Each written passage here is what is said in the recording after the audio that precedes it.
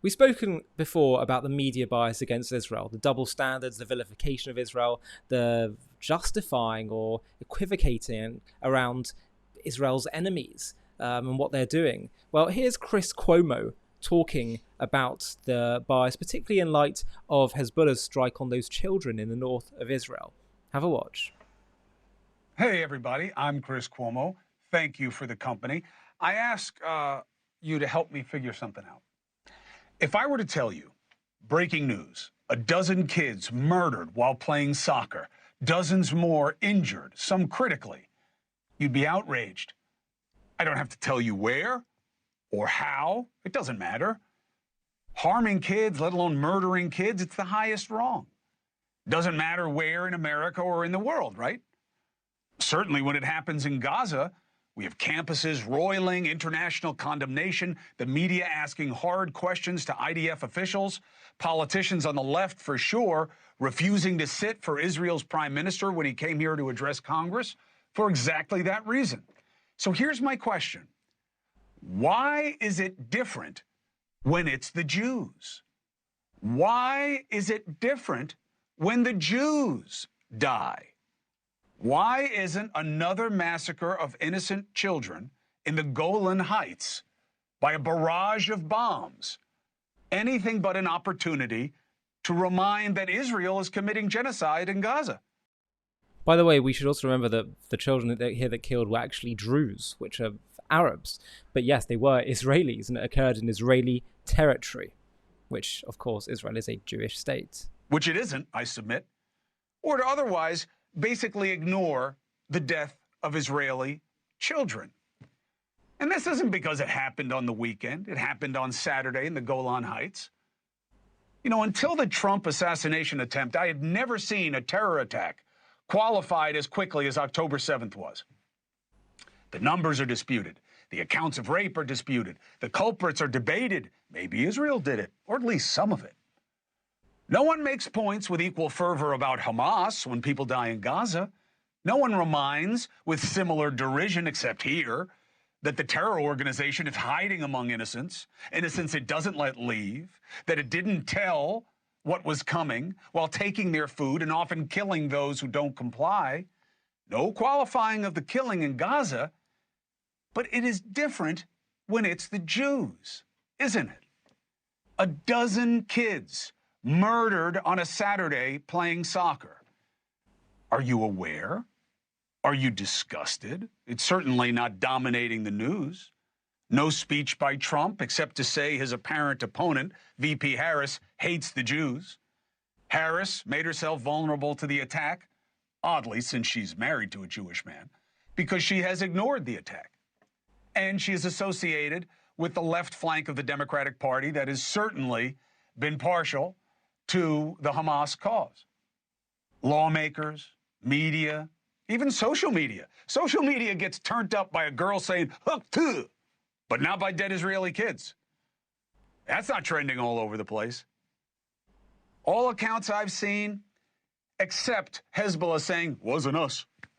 Who else would fire a barrage of dozens of rockets from Lebanon onto children just over the border in Israel? No international call for that terror organization to be acted upon, condemned.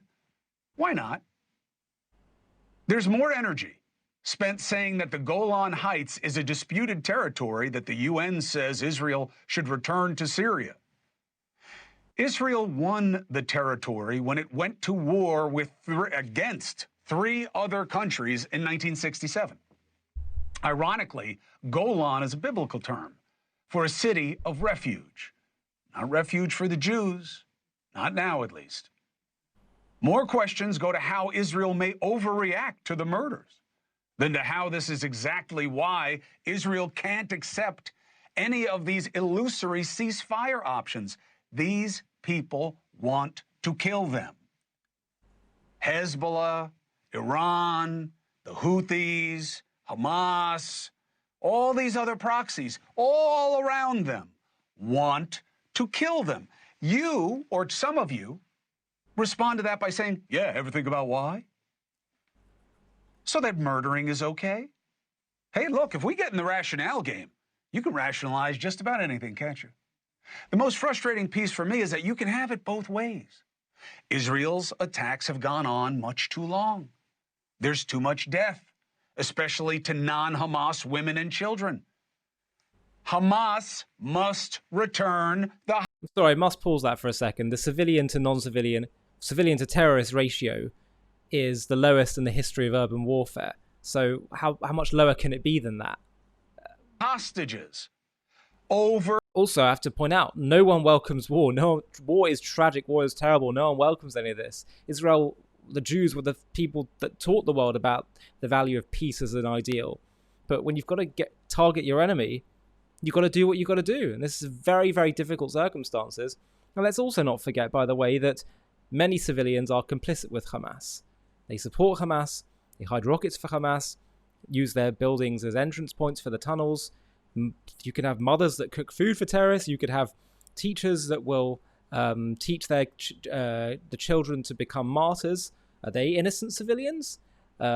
It's more nuanced than the way people make it out to be. As we've seen from polling in Gaza and Judea and Samaria, the West Bank, we have around 80% support still to this day for what happened on October 7th. For 300 days, including the Americans that this country barely plays lip service to.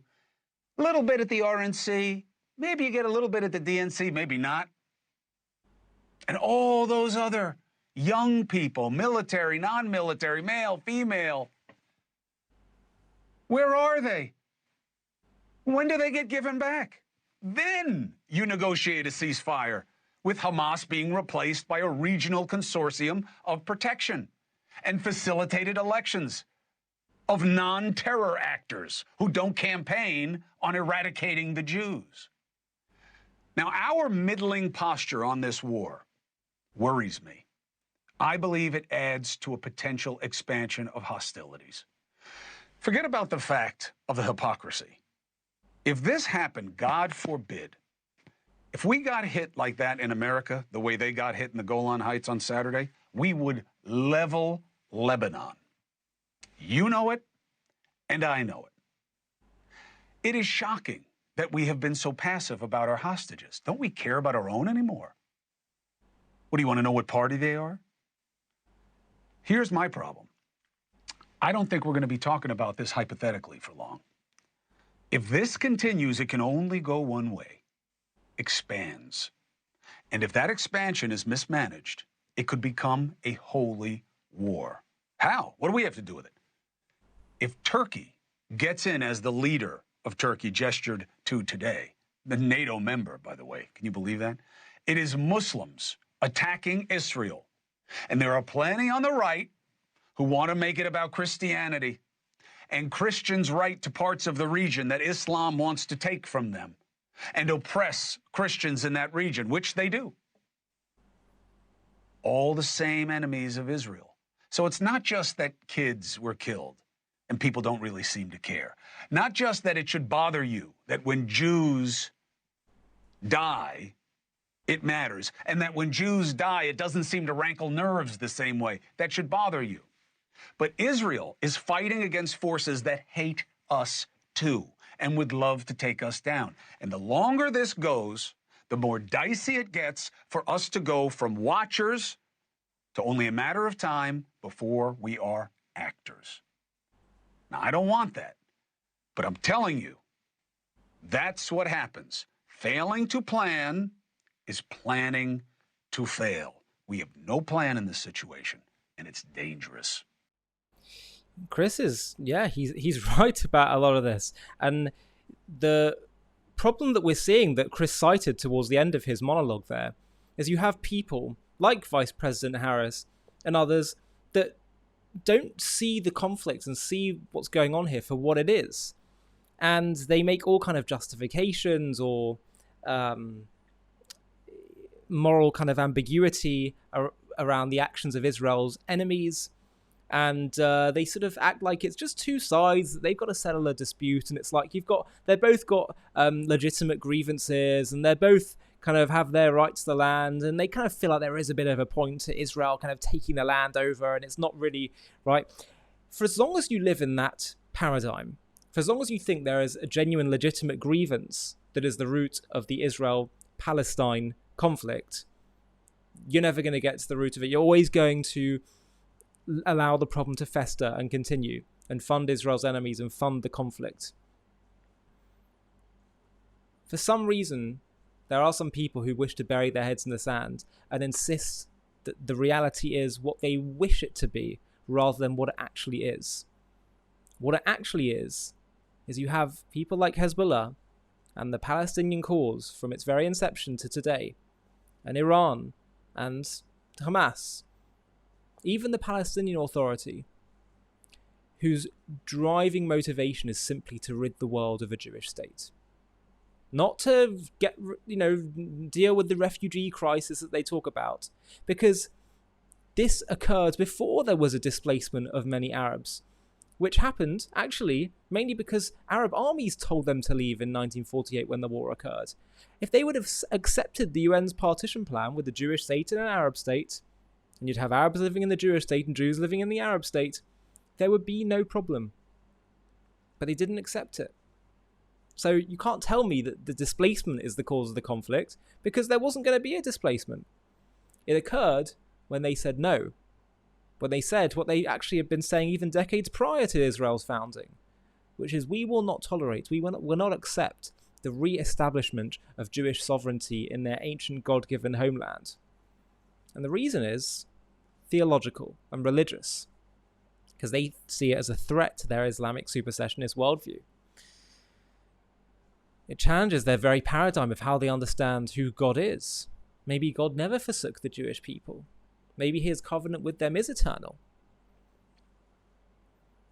By the way, the nature of an eternal covenant is that it is eternal. Covenant is not something that gets broken on a whim. So the denial of this, the insistence that no, they're just rational actors with legitimate grievances, that's what led to World War II. Seeing Hitler like that. Not understanding that he genuinely did want world dominance, that he genuinely did have a hateful ideology that he was prepared to carry out. So Chris Cuomo is signaling all the important red flags.